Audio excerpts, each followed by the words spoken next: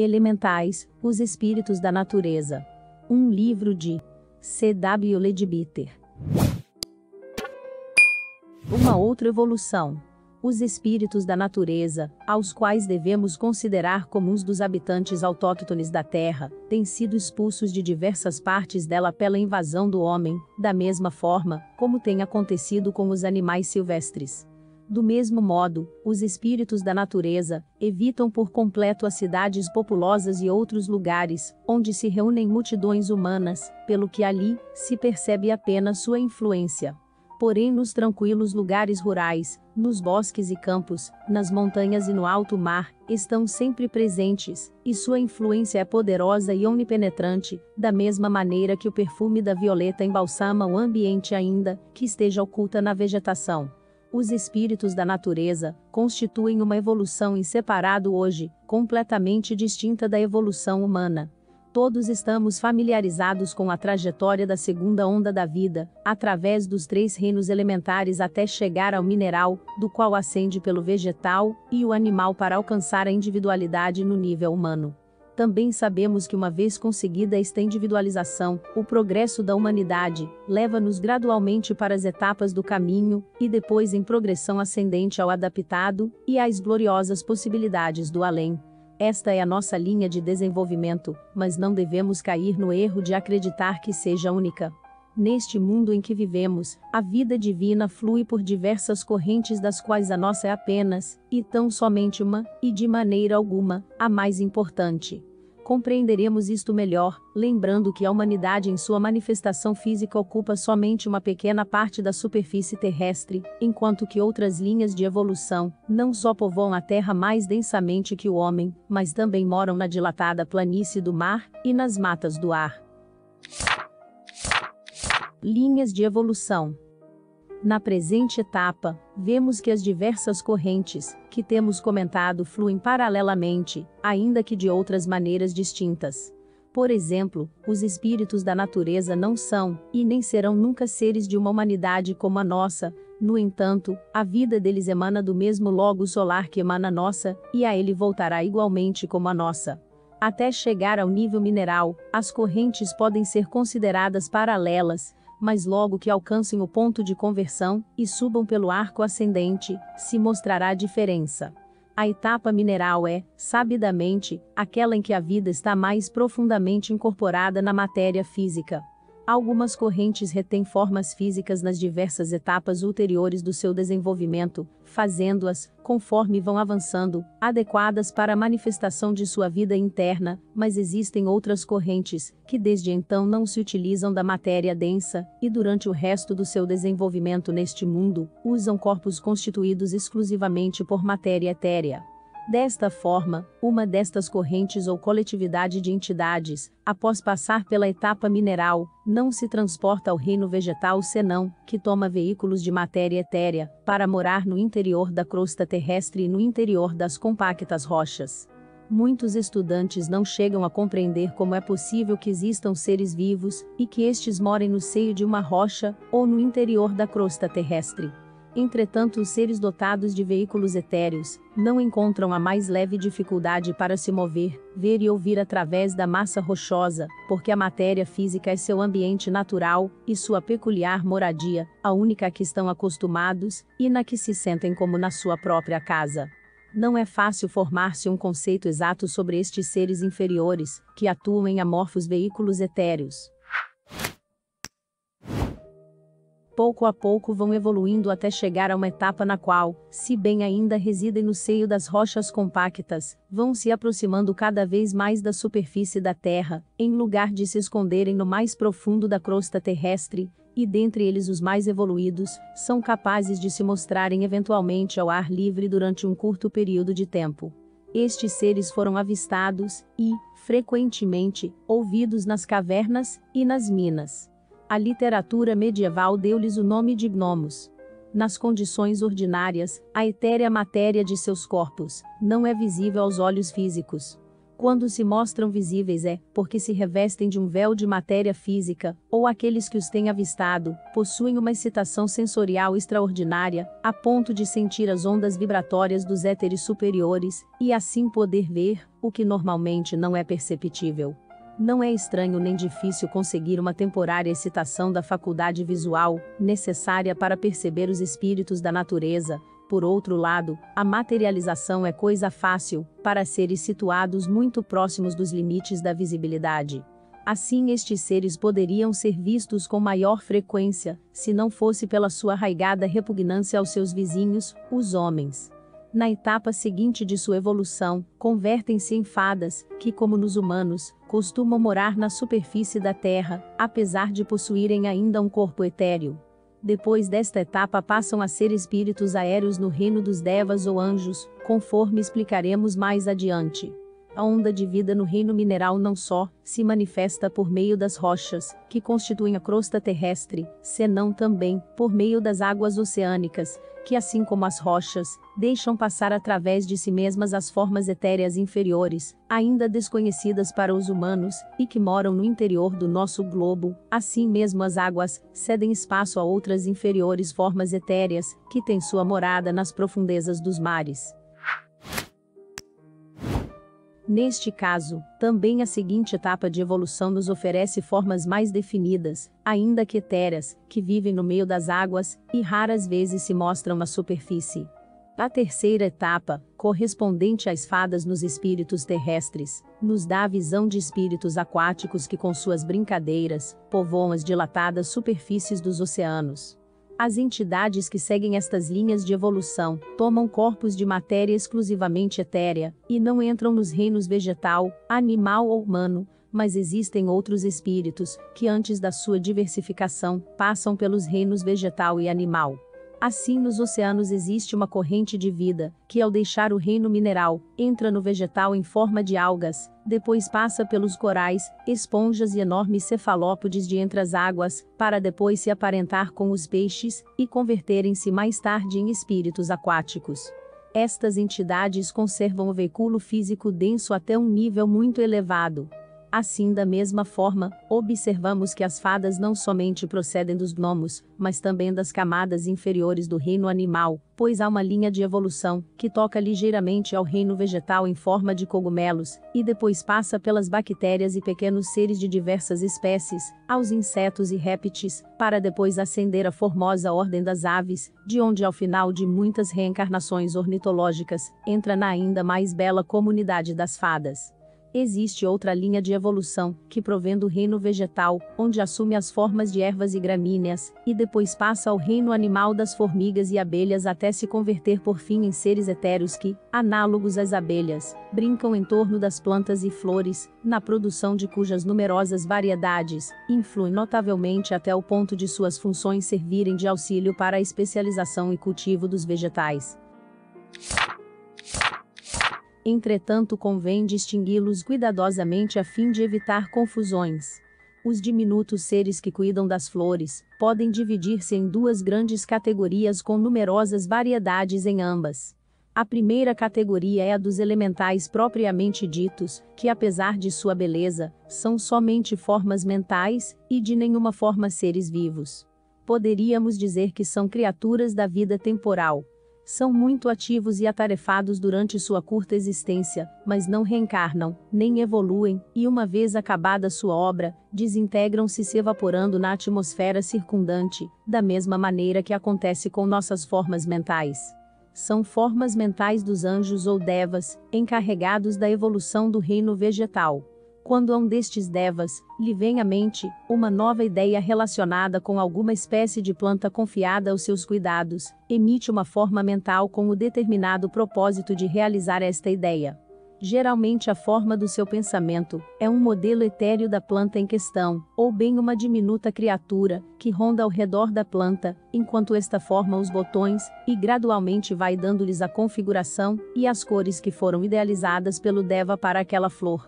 No momento em que a planta adquire seu completo crescimento, ou se forma flor, termina a tarefa do elemental, quem, segundo dissemos, evapora-se sutilmente, extinguindo-se seu poder, porque a única alma que o alimentava era a vontade de realizar aquela tarefa determinada.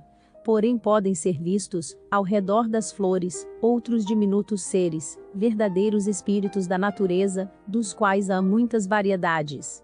Uma das mais comuns tem formas parecidas aos pássaros chamados de beija-flor, e costumam estar ao redor das flores, igual às abelhas. Estas minúsculas e formosas criaturas não poderiam ser nunca humanas, porque não seguem a mesma linha de evolução. A vida que as anima tem passado por ervas e gramíneas, tais como a cevada e o trigo no reino vegetal, as formigas e as abelhas no reino animal, até alcançar a etapa de diminutos espíritos da natureza, que mais tarde se converteriam em formosas fadas de corpos etéreos, que vivem na superfície da terra. Posteriormente seriam salamandras ou espíritos do fogo, e depois se converteriam em espíritos do ar com corpos astrais em lugar de etéreos, para, por último, passarem ao reino dos devas. A passagem da vida de um para outro reino não se efetua em rigorosa continuidade, o que ocorre é que existem como degraus em cada uma das variedades, desta forma ficam poucos espaços vazios entre os diversos reinos. Isto se pode ver mais claramente na nossa linha de evolução, porque a vida que chega aos níveis superiores do reino vegetal não passa nunca aos inferiores do reino animal, pelo contrário, entra neste por etapas bastante adiantadas. Assim, por exemplo, a vida que anima uma árvore bem robusta na floresta não descerá jamais a animar um enxame de mosquitos, nem mesmo uma família de roedores ou ruminantes.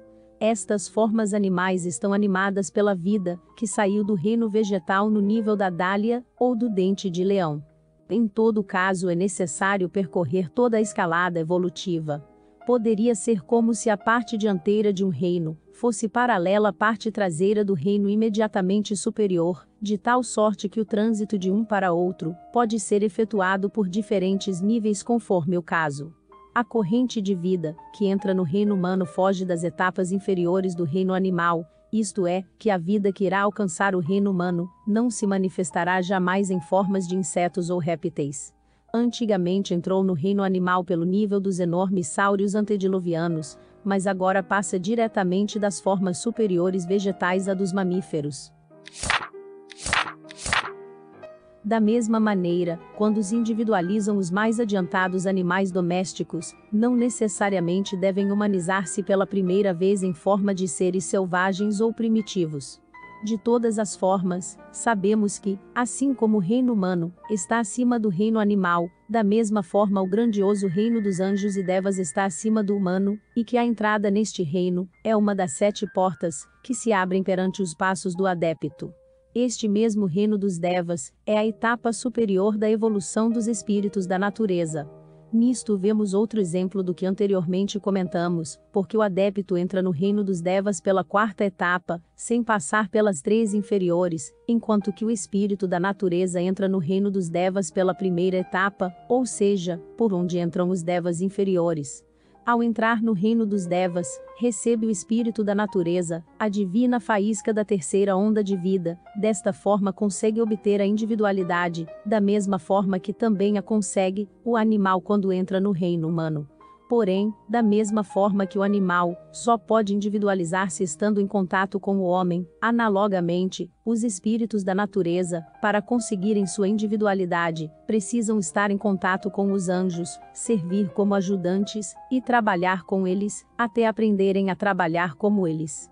Realmente, os mais adiantados espíritos da natureza não são seres humanos etéreos ou astrais, porque ainda não estão individualizados. Contudo, são mais adiantados que um animal etéreo ou astral, pois seu grau de inteligência é muito superior ao dos animais, e em outros aspectos igual ao da maioria da humanidade.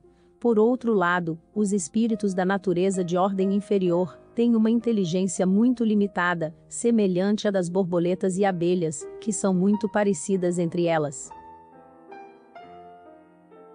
Os espíritos da natureza abrangem um amplo segmento do arco evolutivo, incluindo etapas correlatas com as dos reinos vegetal, animal e humano, até perto daquela em que se encontra hoje nossa raça. Alguns tipos inferiores de espíritos da natureza não têm nada de estéticos, mas isto também ocorre nas espécies inferiores de répteis e insetos.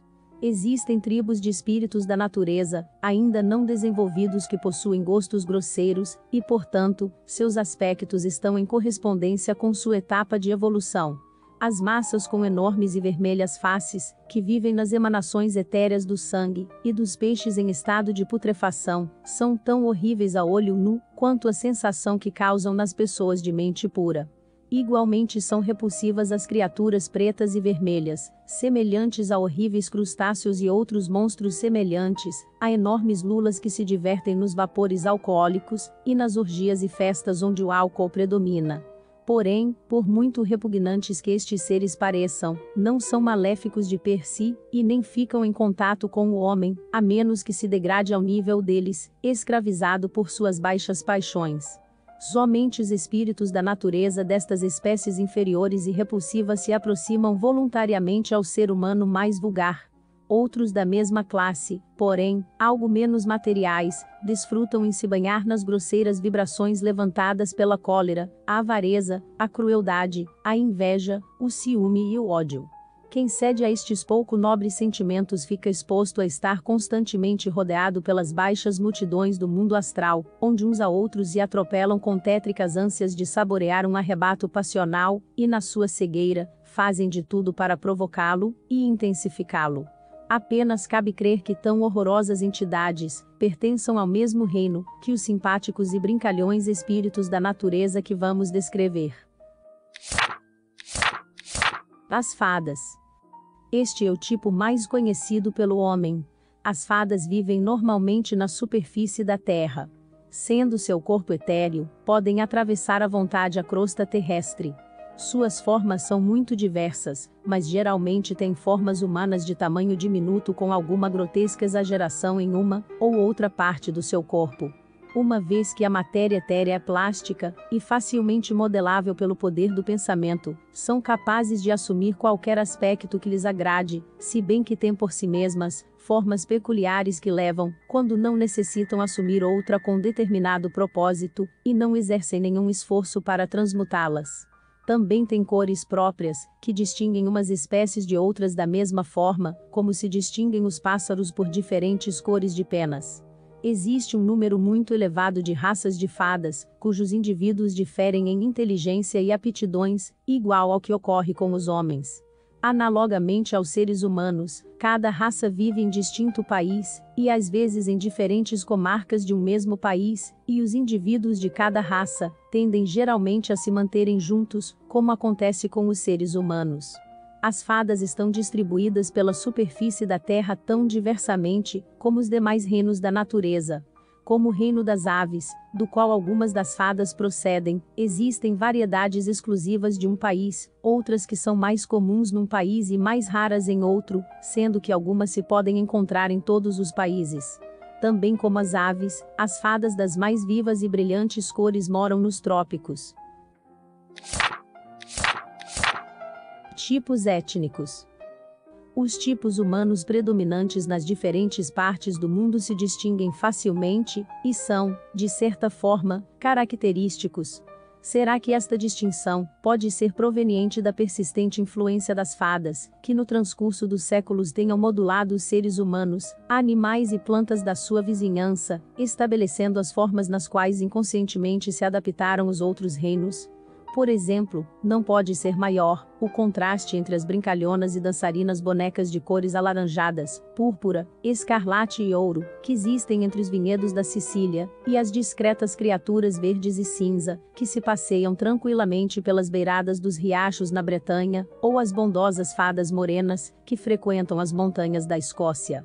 Na Inglaterra, é mais comum a variedade verde esmeralda, que também tem sido vista nos bosques da França, Bélgica, no estado de Massachusetts, e nas margens das cataratas do Niágara.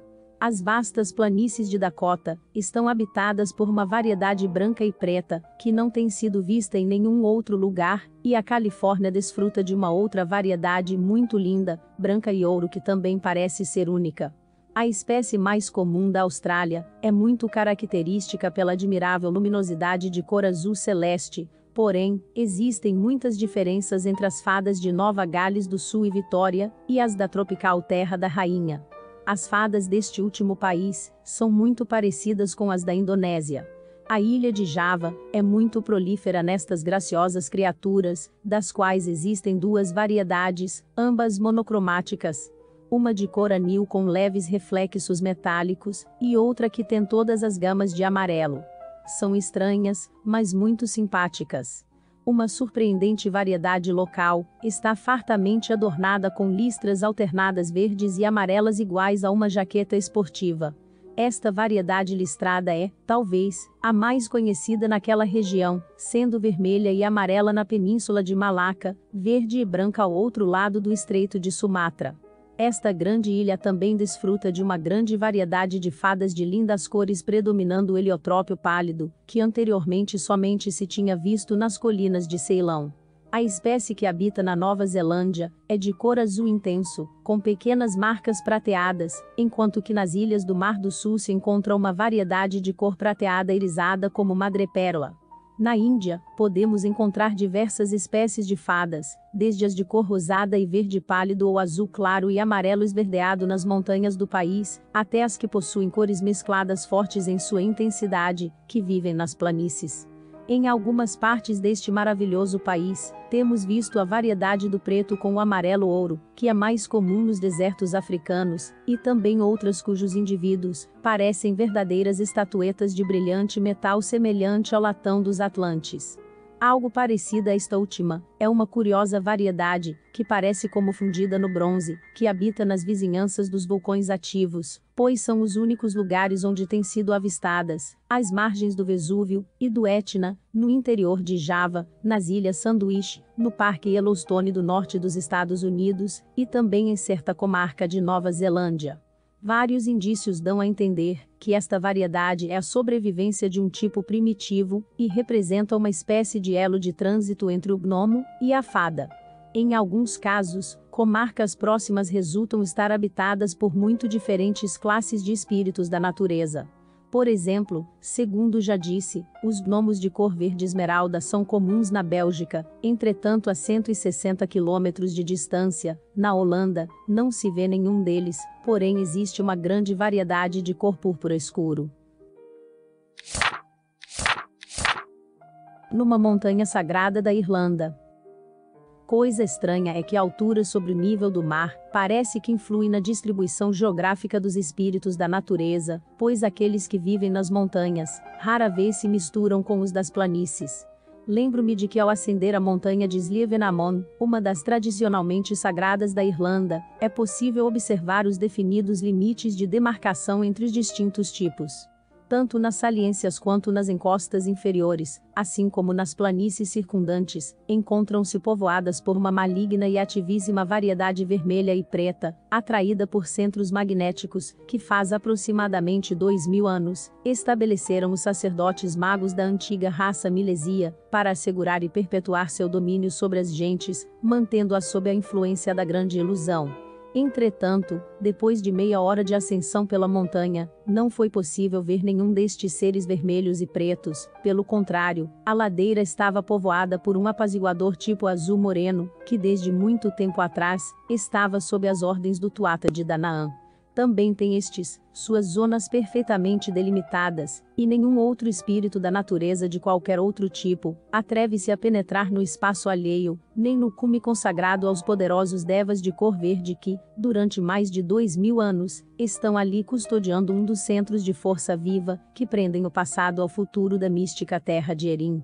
Estes devas superam os homens em estatura, e suas gigantes formas são da cor das folhas novas da primavera, de indescritível suavidade e brilho. Olham para a terra com seus admiráveis olhos que brilham como estrelas, cheios de paz de quem vive no eterno, e esperando a chegada do tempo assinalado com a tranquilidade e certeza que infunde o conhecimento. Ao contemplar semelhante espetáculo, percebe-se plenamente o poderio e a importância do aspecto oculto das coisas, mas para dizer verdade, apenas está oculto, porque sua influência é tão poderosa, que mesmo os menos sensitivos a percebem, e assim, explicasse a tradição irlandesa de que, quem dorme uma noite no topo da montanha sagrada, ao acordar pela manhã, ou é poeta ou louco. Será um poeta, se consegue responder à exaltação de todo o seu ser, ocasionada pelo tremendo magnetismo que influenciou nele durante seu sono. Será um louco se não teve forças suficientes para suportar o estremecimento. Vida e morte das fadas. A duração da vida das diferentes categorias de espíritos da natureza varia muito. Em algumas formas, a vida dura muito pouco, em outras, é mais longa do que a dos humanos. O princípio universal da reencarnação também prevalece na sua existência, ainda que as condições sejam um tanto diferentes. Não tem, por exemplo, o que nós chamamos de nascimento e desenvolvimento. A fada aparece no seu mundo já completamente formada, como os insetos. Vive pouco ou muito, sem aparentar fadiga nem necessidade de descanso, e sem envelhecer com os anos. Mas chega um tempo em que sua energia se esgota e se sente cansada da vida. Quando isto ocorre, seu corpo vai tornando-se mais diáfano, até se transformar numa entidade astral, que vive durante certo tempo neste mundo, entre os espíritos do ar, que para ela, representam a imediata etapa de sua evolução. Depois da vida astral volta sua alma grupo, onde, se está bastante adiantada, pode ter algo de existência consciente, antes que a lei cíclica atua uma vez mais, despertando na fada o desejo de separação. Então seu impulso dirige-se de novo para fora da corrente de energia, e aquele desejo, trabalhando nas matérias plásticas astrais e etéreas, materializa um corpo de tipo análogo, próprio para expressar o avanço conseguido na vida anterior. Seus prazeres. Sentem um grande prazer estando à luz e ao resplendor do sol, ainda que sentem o mesmo prazer dançando à luz da lua. Participam da satisfação da sedenta terra, das flores e das árvores ao cair a chuva, e também brincam igualmente, quando caem os brancos flocos de neve. Gostam de flutuar calmamente numa tarde de verão, assim como também gostam da violência do vento.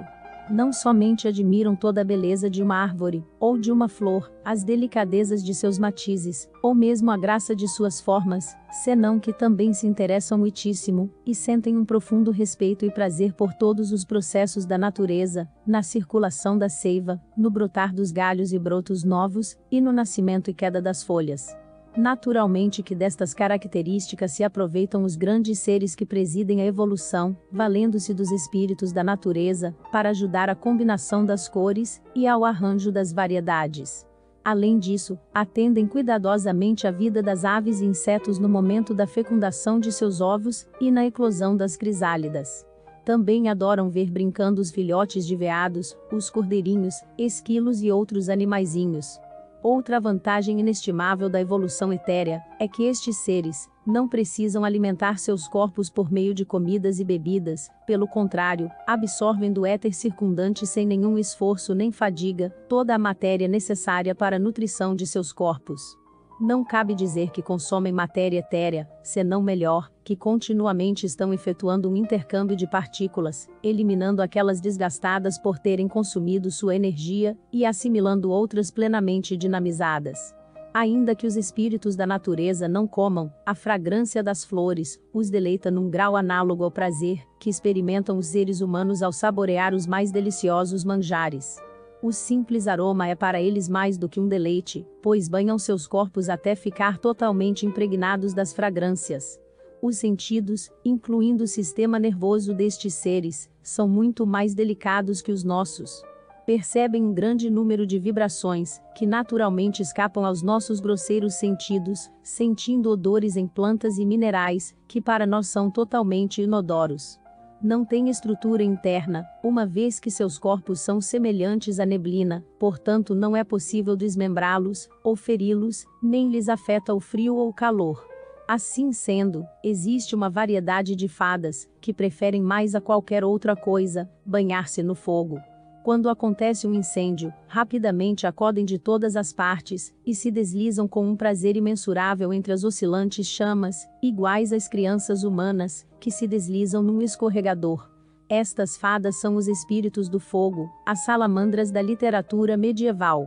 Os espíritos da natureza somente podem sentir dor corpórea em consequência de uma desagradável e inarmônica emanação ou vibração, porém, podem evitá-la pela faculdade que possuem de poder transladar-se com enorme velocidade de um lugar a outro.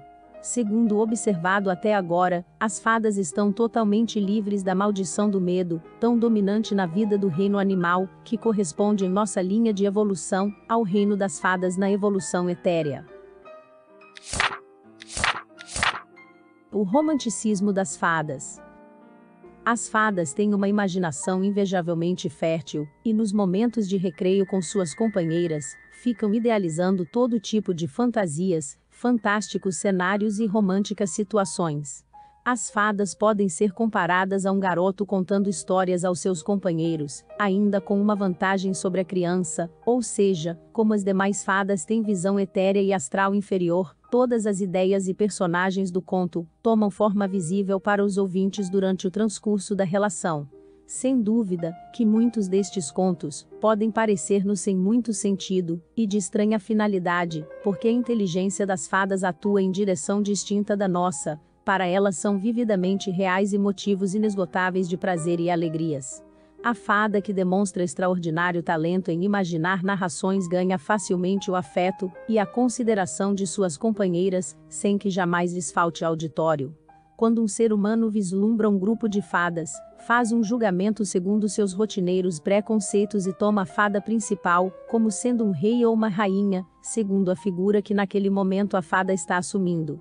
Na realidade, o reino dos espíritos da natureza não necessita de regime algum, ou de governo, somente a supervisão geral, que sobre ele exercem os devas superiores e seus subordinados, mas somente os espíritos de natureza mais elevada percebem esta supervisão. Suas atitudes em relação ao ser humano.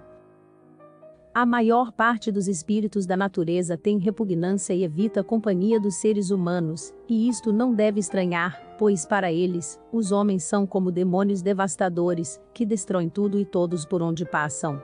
Entre horríveis tormentos, e a sangue frio, os homens matam as formosas criaturas, que os espíritos da natureza tanto cuidam e gostam de tratar. O homem corta e mata as árvores, corta as ervas, arranca as mais belas flores, e sem qualquer remorso as deixa morrer. Mata a amável vida no seio da natureza, colocando em cima de flores e plantas placas de cimento, tijolos, estradas de asfalto, manipula os produtos químicos provocando odores horríveis, e matando a fragrância das flores com a fumaça preta saída das chaminés das indústrias químicas. É estranho que as fadas fujam e se afastem de nós, da mesma maneira que nós fugimos das cobras venenosas. Não só devastamos tudo quanto existe de mais belo para as fadas, senão que nossos hábitos e emanações lhes desagradam. Envenenamos o ar com fumaças tóxicas, álcool, fumo e poeira negra expelidos pelos escapamentos dos veículos. Nossas inquietas e indômitas paixões levantam um contínuo fluxo de correntes astrais, que as perturba constantemente com o mesmo desgosto que teríamos nós, se nos jogassem um balde de água suja. Para os espíritos da natureza, a companhia do homem seria como estar bem debaixo da fúria de um furacão. Não são anjos, com perfeito conhecimento nem perfeita paciência, senão que são como crianças inocentes, e alguns deles como pequenos gatos mansos excepcionalmente inteligentes. Por outro lado, não é de estranhar que tenham repugnância dos homens, que evitem conviver entre nós, sendo que costumamos ofender seus mais nobres e elevados sentimentos. Existem casos conhecidos onde a intrusão e moléstia por parte do homem para com a natureza fizeram com que as fadas adquirissem uma certa malícia e vingaram os danos causados. Entretanto, e de forma geral, apesar das insuportáveis provocações do homem, dificilmente as fadas ficam irritadas, pois seu acostumado procedimento para repelir intrusos é alguma brincadeira.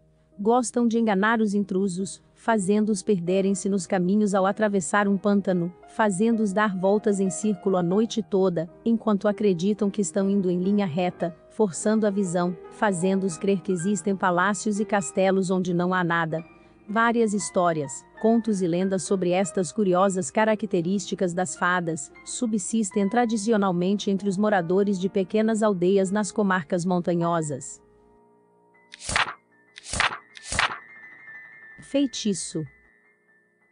Todas as fadas possuem eficazes e maravilhosas faculdades de enfeitiçar aqueles que cedem às suas influências, de forma que, enquanto estão sujeitos ao feitiço, só veem e escutam aquilo que as fadas lhes sugerem, como hipnotizado que unicamente vê, escuta, cheira e gosta daquilo que o magnetizador deseja.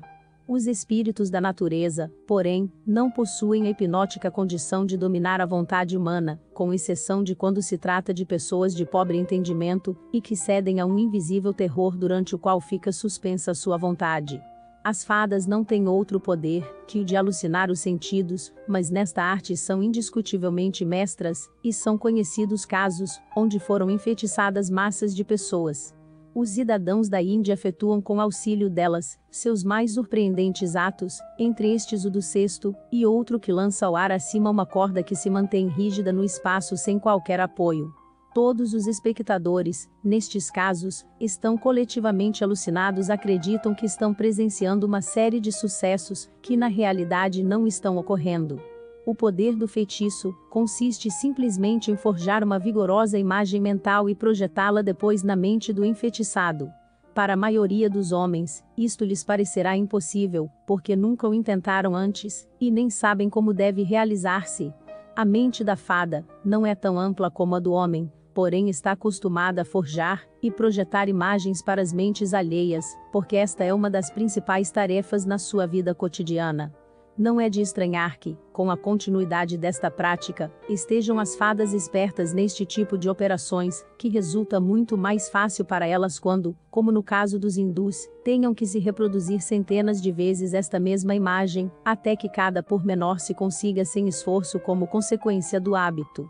Para compreender bem como se faz isto, devemos recordar que as imagens mentais têm realidade, pois são construções de matéria mental, e que a linha de comunicação entre a mente e o cérebro físico passa pelas contrapartes astrais e etéreas deste mesmo cérebro, podendo interceptar-se esta comunicação por intermédio de um obstáculo colocado em qualquer ponto intermediário. Alguns espíritos da natureza costumam concorrer a sessões espíritas com o objetivo de criar enganosamente fenômenos físicos. Quem tenha frequentado alguma destas sessões, lembrará de algumas brincadeiras ou frases engraçadas sem nenhuma maldade, que denotam, quase sempre, a presença de um espírito da natureza, ainda que possa ser atribuída também a presença de alguma entidade que, em vida, acreditava divertir as pessoas com suas bromas, e que ainda não adquiriu sabedoria. Exemplos de amizade. Alguns espíritos da natureza têm contraído amizade com seres humanos, oferecendo-lhes toda quanta ajuda lhes foi possível, como nas conhecidas narrações das serventes escocesas, ou as fadas que acendem o fogo da Cinderela. Também houve casos, ainda que muito raros, em que o homem predileto das fadas foi admitido a presenciar suas festas e compartilhar durante algum tempo do seu gênero de vida. Disse que os animais silvestres se aproximam confiavelmente aos yogis indianos, porque instantaneamente reconhecem que são amigos de todo ser vivo. Da mesma maneira, as fadas se aproximam dos homens, que seguem o caminho da santidade, pois percebem que suas emanações são menos tormentosas e mais agradáveis que as dos homens cujas mentes estão ainda fixadas nos negócios mundanos. Às vezes, tem-se visto que as fadas também se aproximam das crianças pequenas, e demonstram-lhes muito afeto, especialmente as que possuem uma viva imaginação, e são propensas à criação, pois as fadas são capazes de ver e deleitarem-se das formas das quais as crianças se rodeiam. Houve também casos em que as fadas tomaram vivo carinho por uma criança sumamente simpática, e fizeram tentativas de levá-la para suas moradas com o sincero propósito de livrá-la do que a elas lhes parecia o horrível destino de crescer e viver no meio das multidões vulgares dos homens. Tem-se ouvido falar e existem algumas narrações referentes ao rapto de crianças, apesar de que também obedecem a outras causas das que mais adiante falaremos. Os espíritos da água. Por muito numerosas que sejam as fadas que moram sobre a superfície da terra, quase sempre longe da vizinhança do homem, são ainda muito mais numerosas as fadas marinhas, as ondinas, sereias ou espíritos da água, que moram na superfície do mar. Existem tantas variedades quanto na terra. Os espíritos da natureza do Pacífico são diferentes daqueles que têm sido vistos no Atlântico e dos do mar Mediterrâneo. As espécies que brincam no indescritível azul luminoso dos mares tropicais são muito diferentes daquelas que pulam sobre as ondas cinzentas dos mares do norte. Diferentes também são os espíritos dos lagos, rios, cascatas e cachoeiras, pois têm mais pontos análogos com as fadas da terra do que com as ondinas de alto mar.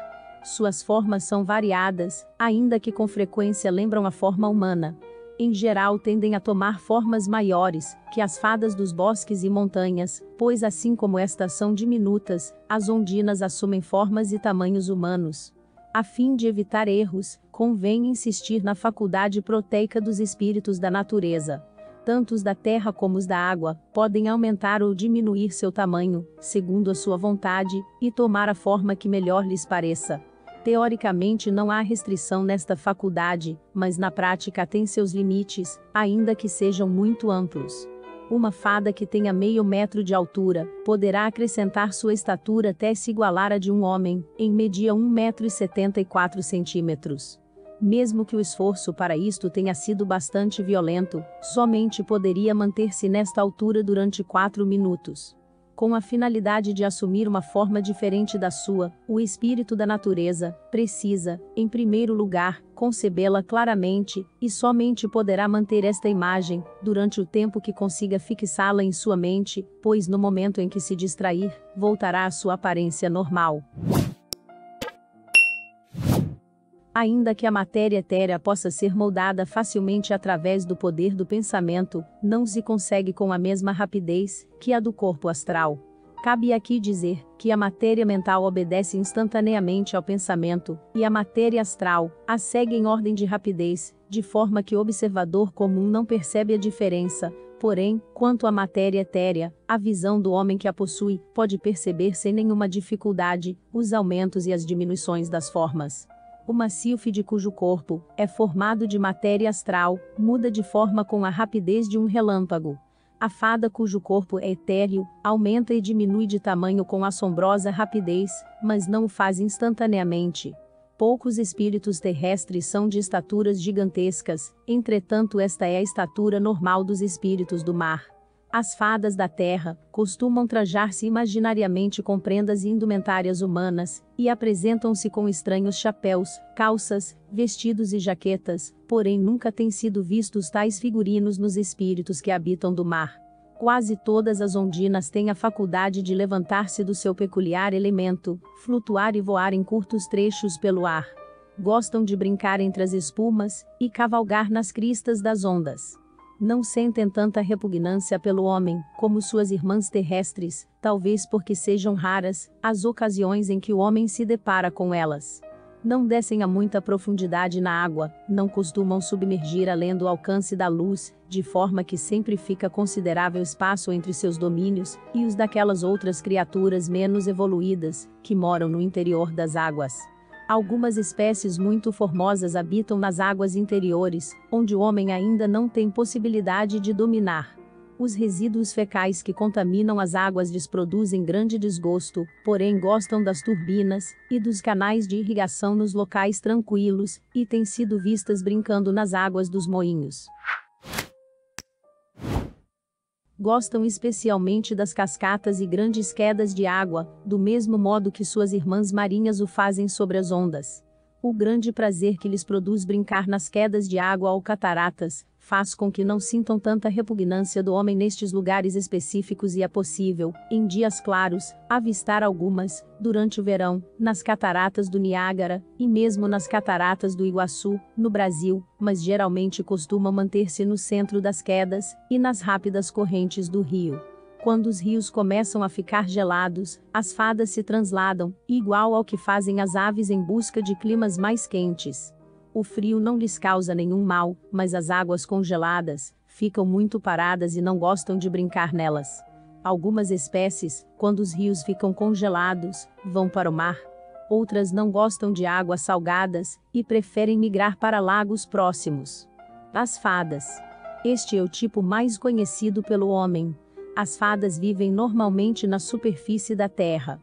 sendo seu corpo etéreo, podem atravessar à vontade a crosta terrestre. Suas formas são muito diversas, mas geralmente têm formas humanas de tamanho diminuto com alguma grotesca exageração em uma ou outra parte do seu corpo.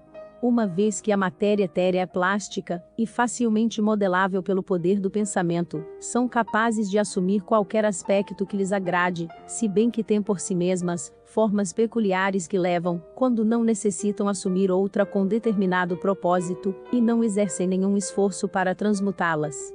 Também têm cores próprias, que distinguem umas espécies de outras da mesma forma, como se distinguem os pássaros por diferentes cores de penas. Existe um número muito elevado de raças de fadas, cujos indivíduos diferem em inteligência e aptidões, igual ao que ocorre com os homens. Analogamente aos seres humanos, cada raça vive em distinto país, e às vezes em diferentes comarcas de um mesmo país, e os indivíduos de cada raça tendem geralmente a se manterem juntos, como acontece com os seres humanos. As fadas estão distribuídas pela superfície da Terra tão diversamente como os demais reinos da natureza. Como o reino das aves, do qual algumas das fadas procedem, existem variedades exclusivas de um país, outras que são mais comuns num país e mais raras em outro, sendo que algumas se podem encontrar em todos os países. Também como as aves, as fadas das mais vivas e brilhantes cores moram nos trópicos. Os silfos. Vamos considerar agora o tipo superior do reino dos espíritos da natureza, ou seja, a etapa em que convergem as linhas de desenvolvimento das fadas da terra e do mar. As sílfides ou espíritos do ar são muito superiores a todos os outros tipos que temos comentado até agora, pois já se desprenderam de sua matéria física, e seu veículo inferior é o astral. São muito superiores em inteligência às classes etéreas, e se igualam em geral aos homens, ainda que não estão permanentemente individualizadas. Pelo fato de estarem muito evoluídos, estes seres podem compreender muito mais sobre a vida que os animais ao se separarem de sua alma grupal, e desta forma ocorre que percebem quando lhes falta individualidade e almejam consegui-la. Esta é a verdade subjacente nas tradições populares, que representam os espíritos da natureza ansiosos por possuir uma alma imortal. O procedimento que ordinariamente seguem para consegui-la é relacionar-se pelo trato e o amor com os devas ou anjos astrais, que constituem o grau de evolução imediatamente superior. Um animal doméstico, como o cachorro ou o gato, consegue o progresso através do desenvolvimento da inteligência e por seus afetos mediante o íntimo contato com seu dono. Não é somente o amor ao dono o que o leva a determinados esforços para compreendê-lo, senão que as vibrações do corpo mental do dono influem continuamente em sua mente rudimentar, e esta, aos poucos, aumenta em atividade. Ao mesmo tempo, o afeto do seu amo desperta em seu corpo astral emoções sempre crescentes. O homem pode ou não domesticar o animal, mas em todo caso, mesmo sem grande esforço, a íntima relação entre ambos favorece o progresso evolutivo do inferior.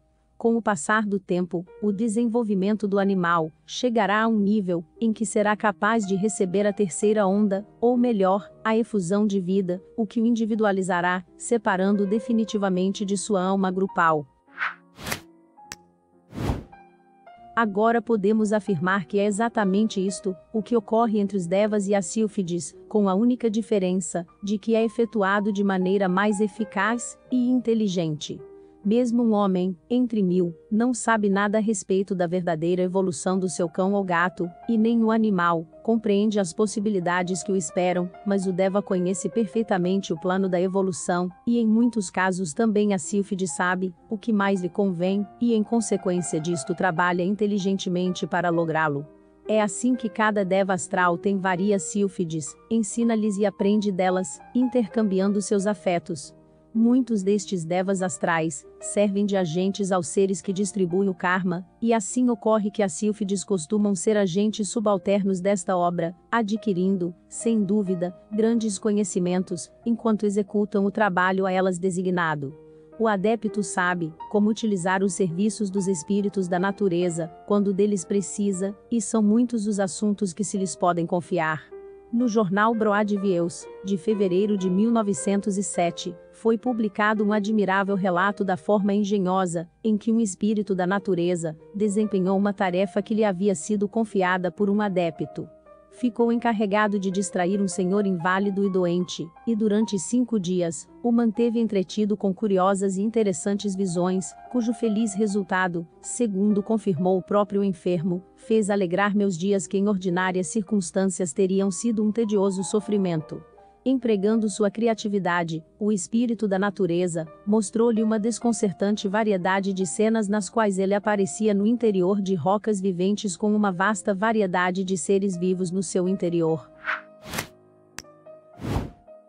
Também lhe mostrou montanhas, bosques frondosos, caminhos, edifícios de soberba arquitetura, estátuas enormes finamente esculpidas, belas flores entre outras plantas e palmeiras balançando ao vento.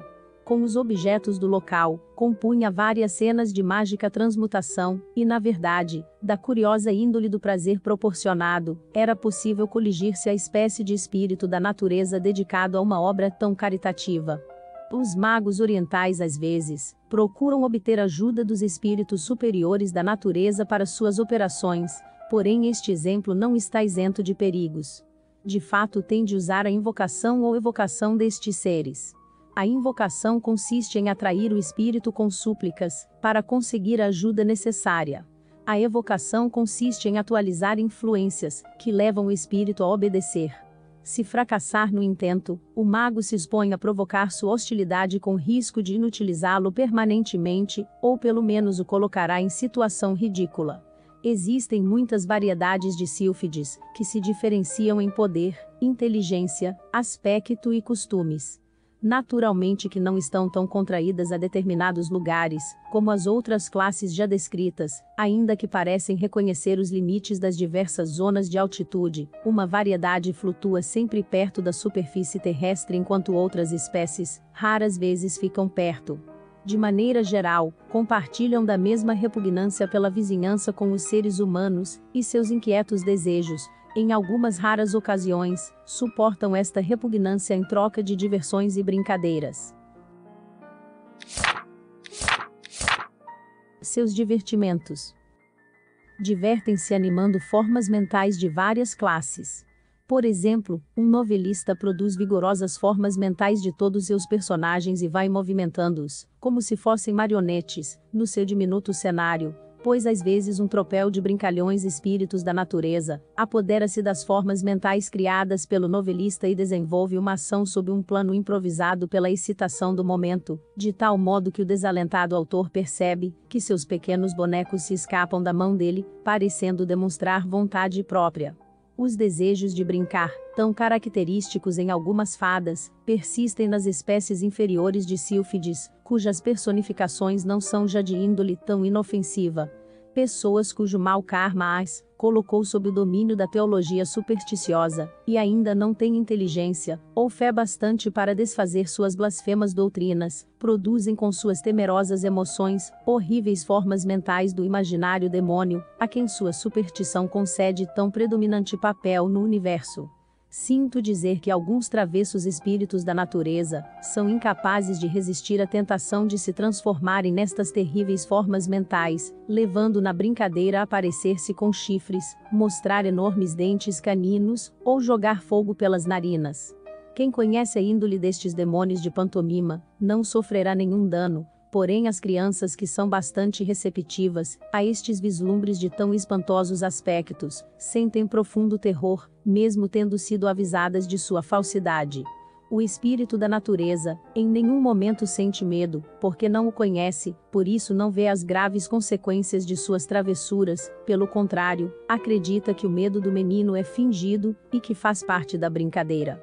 Não podemos condenar o espírito da natureza, a partir do momento em que consentimos que nossas crianças fiquem prisioneiras de uma grosseira superstição, descuidando de explicar-lhes a verdade que Deus é amor, e o amor perfeito desvanece todos os temores. Se o espírito do ar aterroriza assim, de quando em quando, as crianças viventes mal instruídas, devemos também saber sua atividade de entreter e distrair a milhares de crianças, que nós chamamos de mortas, pois brincar com elas e diverti-las de mais de 100 maneiras é uma das suas tarefas. As sílfides têm percebido a oportunidade que lhes oferecem as sessões espíritas, e algumas delas frequentam estas com os nomes de Dália ou Girassol. São capazes de dar sessões muito interessantes, porque conhecem muitas coisas a respeito das condições e índoles da vida astral.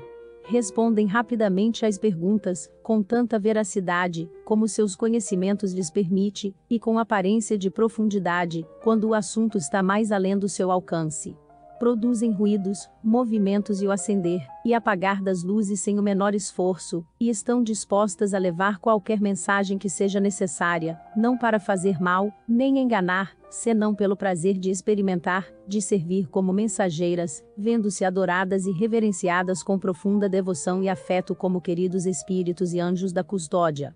Compartilham a complacência de todos os participantes destas sessões, e lhes satisfaz a benéfica obra de consolar aos tristes. Morando no plano astral, a quarta dimensão para elas é um fato comum na sua existência, e isto lhes facilita muitas brincadeiras, que para nós poderiam ser prodigiosas, tais como tirar objetos de uma caixa fechada, ou pôr flores num aposento igualmente fechado. As sílfides ou espíritos do ar, que assistem às sessões espíritas, conhecem os desejos e sentimentos dos participantes, de maneira que podem ler nas suas mentes todos os pensamentos, menos as ideias abstratas, e têm ao seu alcance toda classe de materializações, com a finalidade de dispor de tão conveniente material. Percebe-se, portanto, que sem necessidade de auxílio alheio, são capazes de proporcionar diversas distrações e jogos, como, sem dúvida, assim o fazem frequentemente. Não quer dizer de modo algum que os espíritos da natureza sejam as únicas entidades que atuam em sessões espíritas. O manifesto espírito é com frequência o mesmo que diz ser, mas também é verdade, que às vezes não é, nem remotamente, e o vulgar participante não tem meio algum de distinguir entre a legitimidade e a impostura. Desenvolvimento anormal. Conforme já foi dito, a linha normal de progresso do espírito da natureza é conseguir a individualidade pelo trato com um deva, porém, existem indivíduos que se desviaram desta norma. O intenso afeto da sílfide pelo anjo é o fator principal para a individualização, e os casos anormais são aqueles em que, em lugar de pôr a sílfide seu afeto num deva, o põe num ser humano. Isto implica uma tão completa inversão da comum atitude destes seres para com a humanidade, que ocorre, raras vezes, mas quando ocorre, e o amor é o suficientemente intenso para conduzir a individualização, desvia o espírito da natureza de sua peculiar linha de desenvolvimento, trazendo-o para a humanidade, de tal modo que o ego reencarna, como ser humano, e não como deva. Isto é o que nos dão a entender as tradições e lendas, nas que um espírito não humano se apaixona por um ser humano e deseja ardentemente obter uma alma imortal, para poder estar toda a eternidade com o objeto do seu amor. Ao encarnar, um espírito assim, em forma humana, como resultado é um ser estranho de caráter afetuoso e emocional, mas caprichoso, primitivo em certos aspectos, e sem o mais leve senso de responsabilidade. Sabemos de casos em que às vezes uma sílfide, profundamente apaixonada por um ser humano, seja homem ou mulher, porém não o bastante, para que seu afeto determine a individualização, fez um esforço vigoroso, para forçar a entrada no mundo dos humanos, tomando o corpo de uma criança moribunda, quem aparentemente recobrou a vida, como se o destino o arrebatara das garras da morte. Mas por causa de não estar a sílfide acostumada às restrições do corpo físico, denso no qual se incorporou, causa na criança uma mudança notável, ficando mais briguento e irascível. Se a sílfide fosse capaz de se adaptar ao corpo físico no qual se incorporou, nada a impediria de conservá-lo por toda uma vida de ordinária duração, e se no seu transcurso, conseguisse desenvolver um afeto bastante vivo, para se desligar da alma grupal, reencarnaria normalmente como ser humano. Se durante o decorrer daquela vida forçadamente humana, não consegue intensificar na medida necessária o seu afeto, retornará, depois da morte, para sua peculiar linha de evolução. Estes fatos corroboram a verdade contida nas lendas e tradições de suplantação de criaturas, que abundam em todos os países do mundo. Vantagens deste estudo. O reino dos espíritos da natureza é um interessantíssimo campo de estudo ao qual não se tem dada muita atenção. Apesar de ser mencionado com frequência em toda a literatura ocultista, não se vê qualquer intenção de classificá-lo cientificamente. Este vasto reino da natureza necessita de um Cuvier, ou de um Linneu, porém, em havendo muitos investigadores, poderemos esperar que um deles tome conta da tarefa, e nos proporcione com qualidade de obra-prima de sua vida, uma acabada e completa história natural destes deliciosos seres. Certamente não seria trabalho perdido nem estudo inútil. É conveniente conhecer os espíritos da natureza, não só pela influência que em nós exercem, senão que, ao compreender uma linha de evolução tão distinta da humana, amplia-se nossa mente, e reconhecemos que o mundo não existe somente para nós, e que nosso ponto de vista não é o único, e nem o mais importante. As viagens por países estrangeiros produzem o mesmo efeito, ainda que em menos grau, porque ensinam ao homem livre de preconceitos, que raças, tão valiosas quanto a sua em todos os aspectos, podem diferir notavelmente dela em multidões de características. No estudo dos espíritos da natureza, encontramos a mesma ideia, muito mais ampla. É um reino radicalmente diferente, sem sexo, livre de temores, ignorante de lutas pela existência, e a meta final de sua evolução é, em tudo e por tudo, análoga àquela que alcançamos pela linha da evolução humana. Quando consigamos aprender isto, poderemos descobrir algo mais dos múltiplos aspectos do Logos, e aprenderemos a ser modestos, caridosos e tolerantes de pensamento.